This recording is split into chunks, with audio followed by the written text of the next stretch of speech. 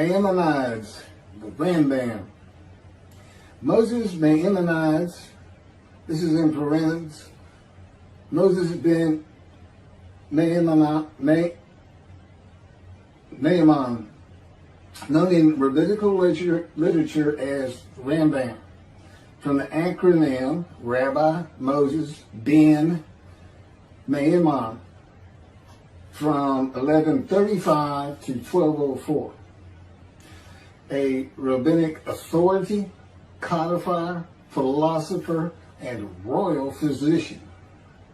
The most illustrious figure in Judaism in the post-talmudic era, regarded by many of the greatest Jewish philosopher of the Middle Ages, and one of the greatest of all time. He was successful in bringing four cultures, Greco-Roman, Arab, Jewish, and Western, together in one person, and in doing so remains one of the most influential religious philosophers of the intellectual world. His teaching influences other faiths as well as Jews. However, it is his commentary on Jewish texts that mark him out as one of the most influential and important Jews in history. He wrote 3 major essays on Jewish law, the most famous being The Guide for the Perplexed, and each of them is still regarded as hugely important in Jewish philosophy. This monumental work laid the foundation for all subsequent Jewish philosophic inquiry known as Chakirah, and stimulated centuries of philosophical Jewish writing. His large 14 volumes work, Mishneh Torah, to date holds canonical authority in regard of the codification of Talmudic law. That was from the Jewish Virtual Library on the internet, the famous people, and the BBC.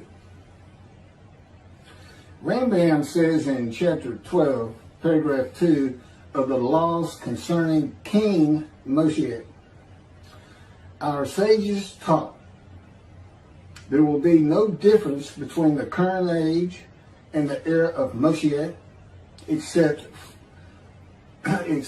our emancipation from subjugation to the Gentile kingdoms. The simple meaning of the words of the prophets appears to imply that the war of Gog and Magog will take place at the beginning of the Messianic age. Before the war of Gog and Magog, a prophet will arise to rectify Israel's conduct and prepare their hearts for the redemption, as it is written. Before I go any further, there will be no war of Gog and Magog. Period. I am Moshiach. This is the the era of Moshiach. And in addition, I'm not here to rectify Israel's conduct. And I would like to think I'm preparing their hearts for the redemption, because it is here.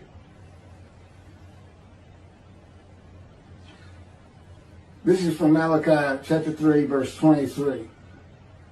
Behold, I am sending you Eliyahu, which is Elijah, before the advent of the great and awesome day of God. He will not come in order to declare the pure impure, nor to declare the impure pure.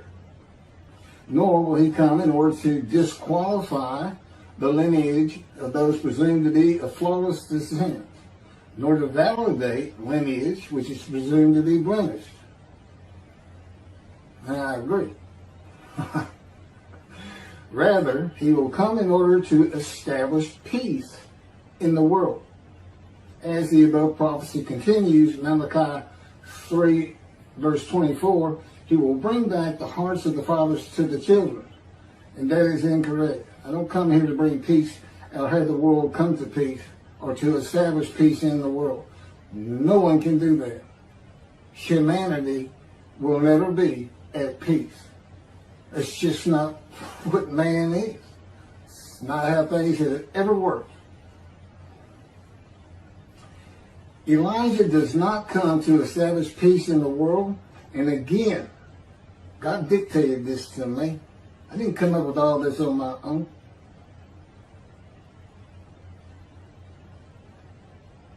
From the book Isaiah 53, In the Day of the Lord. Elijah does not come to establish peace in the world, but to make the many righteous by his knowledge in reconciling the sons to the Father and the fathers to the sons of the family members, one to another, of the Jewish people, by having them be mindful of the teachings God gave Moses at Horeb and to the practice of Judaism. Okay, be mindful. That's an amendment to the first, the covenant between God and the Israelites given by Moses. It's just an amendment because they had to have strict compliance with 100% of the Israelites agreeing to it, that they would all abide by it. Today he's saying be mindful, and he's also saying it doesn't have to be 100% of the people, those who heed and revere and esteem his name. And he knows it's not going to be all of the Jews, notwithstanding the fact he has forgiven their sins and remembers their iniquities no more. And to be a messenger of the new covenant with sin forgiveness. That's why it's new. There's an amendment to it, and in addition to it is sin forgiveness. That's the only difference. I will be your God and you will be my people. That's the covenant. And it's never changed. It's never gone away. It's new only in the sense that there's been an amendment to it, and in addition to it, and it's a ratification and confirmation of the covenant at Mount Sinai, or Rambam and the sages say in chapter 12, paragraph 3 of the laws concerning King Moshiach, God makes it real clear. He calls Moshiach, my servant David, a shepherd. He's a teacher. There's been no Davidic kingdom dynasty that Rambam thinks is coming. And that's all you have. Now there is a slight reference to king and prince throughout the covenant of friendship. That just means leader in this context. He's a ruler amongst the people, not a ruler over the people. This is just Rambam's rendition of what a Davidic kingdom would be. But it's not in the Hebrew Bible. During the era of the King Moshiach, once his kingdom has been established and all of Israel has gathered around him, the entire nation's line of descent will be established on the basis of his words, through the prophetic spirit which will rest upon him. In the Middle Ages and in antiquity, they believed in prophetic spirits. This will not happen. I do not have a prophetic spirit. The Spirit of God alighted upon me, but he's a person that he helps me. He'll tell me things and teach me things. But there's no such, there's, by and large, nobody believes in that kind of thing anymore. That somebody can just prophesy. God prophesied. He has absolute knowledge of humanity from Adam on to the ends of the earth. Okay, now he can tell a man, write this down, or go tell the people this. But this just comes from him by knowledge. No man gets a spirit upon him and all of a sudden he can prophesy.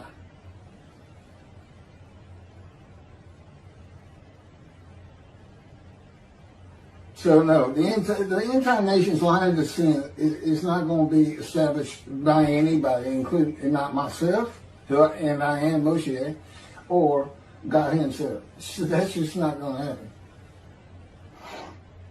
As it is written,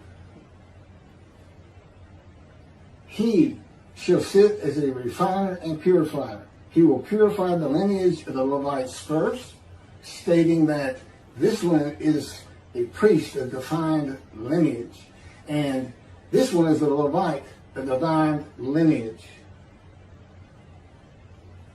Rambam basis for this belief is a verse in the book of Ezra, chapter 2, verse 63. The governor said to them, they shall not eat of the most holy things until a priest arises who will wear the yum and the tamim. From this verse, one can infer that the genealogy of those presumed to be of unquestioned priestly and Levitical lineage will be traced by means of the prophetic spirit, and those found to be of such lineage will be made known. He will define the lineage of the Israelites according to their tribe alone, i.e., he will make known each person's tribal origin, stating that this one is from this tribe and this is from another tribe. It's not going to happen. And he's talking about Moshiach being the purifier. He got that wrong too. He shall sit as a refiner and purifier from the first paragraph of chapter 12. Paragraph 3 is not Moshiach. God purifies and refines. And he comes with Elijah and the angel of the covenant that you desire. Rambam says the prophetic spirit will rest upon the anointed one. The prophecy of the Hebrew Bible, the prophecies of God. I just gave you my summarization of before I read this, of what I'm about to reread. The difference is, this sounds better, and this is what God dictated.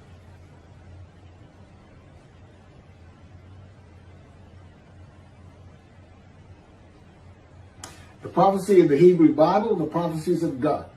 David does not have a prophetic spirit. While prophetic spirits were a common belief in the ancient age and Middle Ages, that is not true for the age of reasoning and information. Isaiah chapter 11 verse 2 defines the attributes of the spirit that alights upon the anointed one as a spirit of wisdom and insight, a spirit of counsel and valor, a spirit of devotion and reverence for the Lord.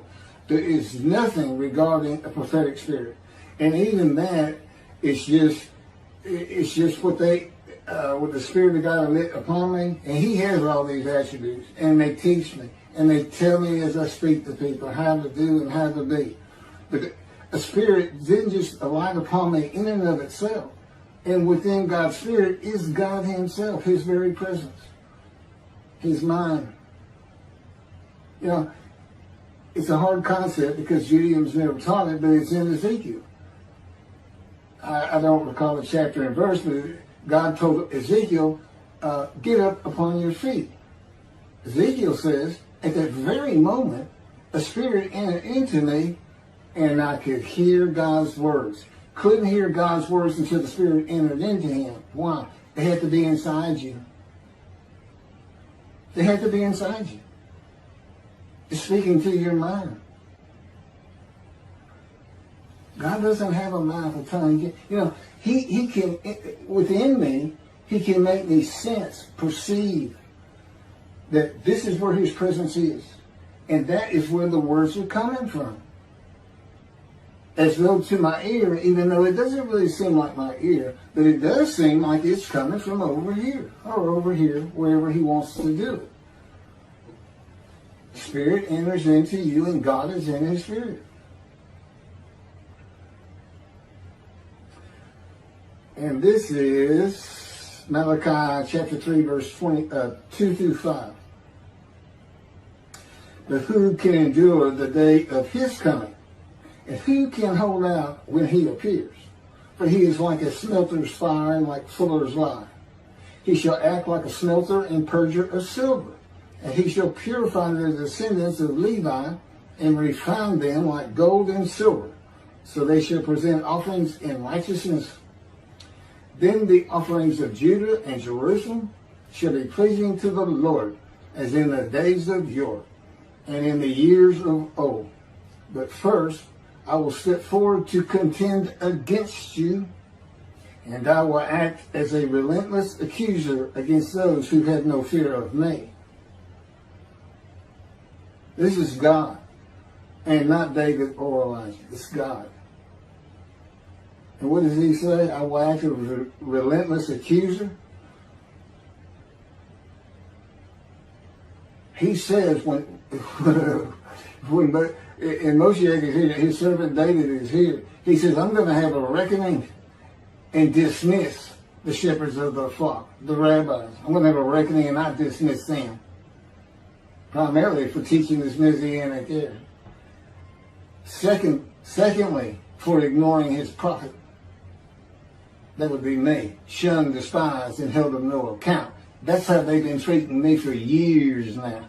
God's been with me 13 years to prepare me for this, and that's how they treated me.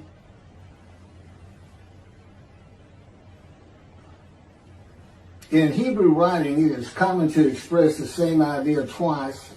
Okay, God's telling me to move on. I don't need to hear that. It just had to do with smelting and this and that. In Malachi 1 and 2, the priesthood has been defiled. They offered polluted offerings. They have turned from God, refused to listen to him, and they profane God's covenant. They disregard God's ways. This is in quotes from Ezekiel, well, it's in quotes anyway. Those who have no fear of me would be the priestly tribe of the Levites, and not pertaining to genealogy or tribal lineage, but to Ezekiel 34. Thus said the Lord God, I'm going to deal with the shepherds. I will demand a reckoning of them for my flock, and I will dismiss them from tending my flock. It's Ezekiel chapter 34, verse 10. Then I will appoint a single shepherd over them to tend them, my servant David. Again, that's Moshiach. He shall tend them. He shall be a shepherd to them. Not a king. I, the Lord, will be their God. My servant David shall be a ruler among them. I, the Lord, have spoken, and I will grant them a covenant of friendship. Malachi chapter 3, verse 3 says that he shall purify the descendants of Levi and refine them like gold or silver, so that they shall present offerings in righteousness. This would be those rabbis who accept the words of the prophets of God as interpreted in this day of reasoning and information, and not as interpreted in the ancient age and middle age. If you want to be purified, if you want to get out from under the dismissal, you're going to have to learn everything God dictated to me in Isaiah 53 in the day of the Lord, and the second book, the life of God's righteous servant of Isaiah 53, which is my life.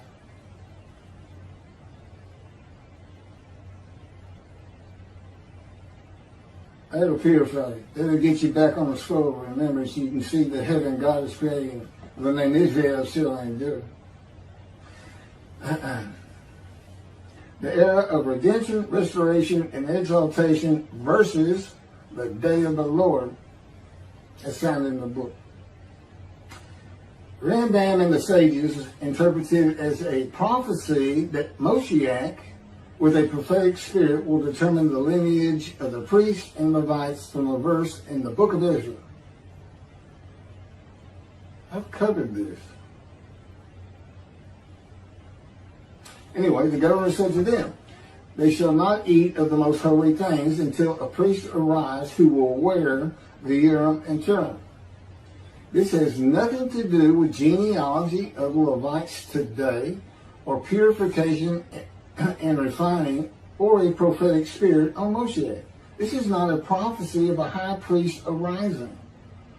And it is not Moshiach, but an answer to those that could not prove they were Levites. when the verse is put into its proper context. This is Ezra, chapter 2, verses 61 through 63. Of the sons of the priests, the sons of Habiah, the sons of Hakuz, the sons of Barzillai, who had married a daughter of Barzillai and had taken his name. These searched for their genealogical records, but they could not be found. So they were disqualified for the priesthood. The Teshachta ordered them not to eat of the most holy things until a priest with Urim and Thummim should appear. It was just a specific instance. In the Hebrew Bible, the Urim and Thummim are elements of the breastplate worn by the high priest attached to the ephod. They are connected with divination in general and kleromancy in particular, a belief in antiquity and the Middle Ages rarely believed in today. Two objects used by the high priest to answer a question or reveal the will of God. The ephod was made of fine linen and consisted of two pieces which hung from the neck and covered both the back and front, above the tunic and outer garment. Kleromancy is a form of sortition, a casting of lots. A casting of lots in which an outcome is determined by means that normally would be considered random, such as the rolling of dice, that are sometimes believed to reveal the will of God. Casting of lots, the will of God.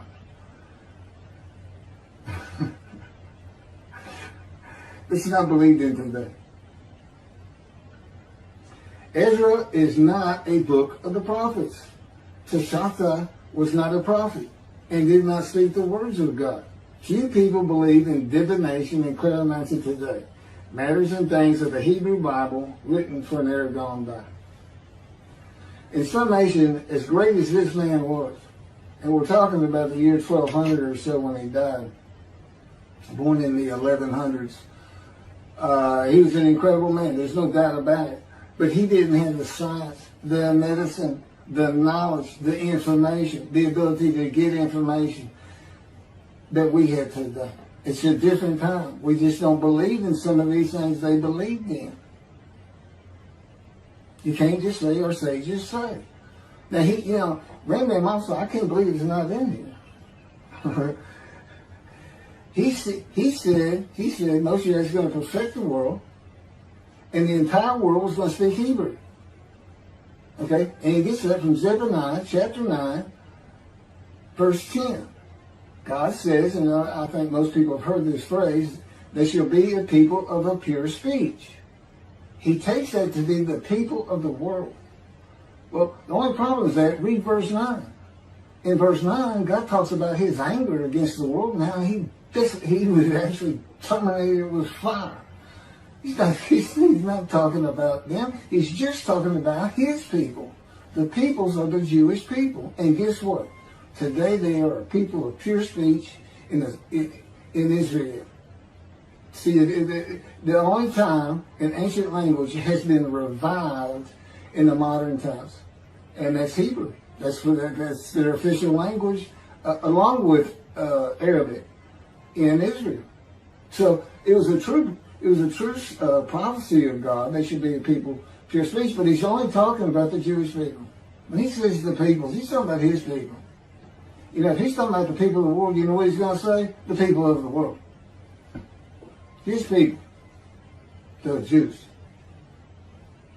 Okay, well that's all I have on Rambam. Again, I'm surprised I don't have that. Thank you very much for listening.